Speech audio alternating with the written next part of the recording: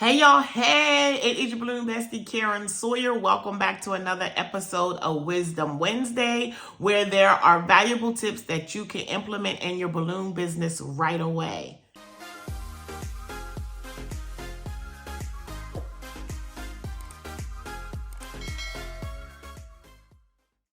In today's episode, we're going to be talking about transporting your balloons. Have you ever struggled transporting your balloons safely to the installation site without popping and without getting debris all over them? Well, I have 5 hacks to help you safely transport your balloons. Guess you could just call me the bag lady because I have a bag for every balloon situation. Okay, so first up is the clear recycling bag. I absolutely love this bag. I always have these on hand. Best part about it, again, is it's clear so I can see through it. And the other thing is I don't always need a very large bag. So if I have a few foils or clusters, then this is my go-to bag.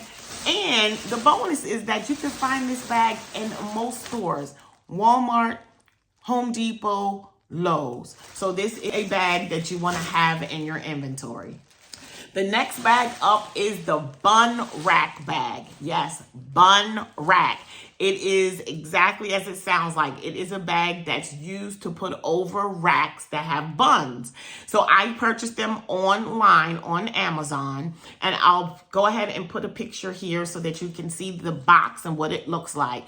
And that bag is larger than the recycling bag, but smaller than the mattress bag. That too is clear, and another bag you should definitely have in your inventory. Oh yes, my bag right here. Boy, oh boy, oh boy. This bag, if you're enjoying this tutorial, hit that like button. It does help my channel out a ton, and it is a super small free way to show your support. Thank you, and let's get back to the tutorial. I'm tripping that I'm getting so excited about bags, but it is the infamous mattress bag. Look, beginners, if you didn't know, yes, this is a staple for most balloon designers. So you can get them in twin size, king size, and what did I miss? King, queen, and twin. That's it. King, queen, and twin. They are clear, and they're large enough to get those multiple balloons to site without getting debris all over them, and hopefully eliminate some popping. So you can get them from U-Haul, you can get them from Walmart, and you can order them online. And they are to be saved. Do not leave them with the client. Do not throw them away. I have mattress bags that I have had forever. One time my sons returned the U-Haul truck and left my bags in the back of the truck. I made them go back to U-Haul to get my doggone bags. All right? So make sure you have a few different sizes. Again, twin, queen, and king mattress bags. And this too is another staple you should have in your inventory. Okay, so the next bag is high float bags, okay? Now these bags have been made to transport your helium-filled balloons that have been treated with high float. So they have holes in them so the air can circulate so they can continue to dry. Now they have them in a continuous roll so you can cut them to size, and then they also have a pre-cut size, okay? But you don't have to only use them to transport helium balloons. I also use these bags for transporting air-filled balloons because I do not leave these bags behind. I recycle. So this is definitely something you should have in your inventory if you are going to be treating your helium-filled balloons with high float, okay?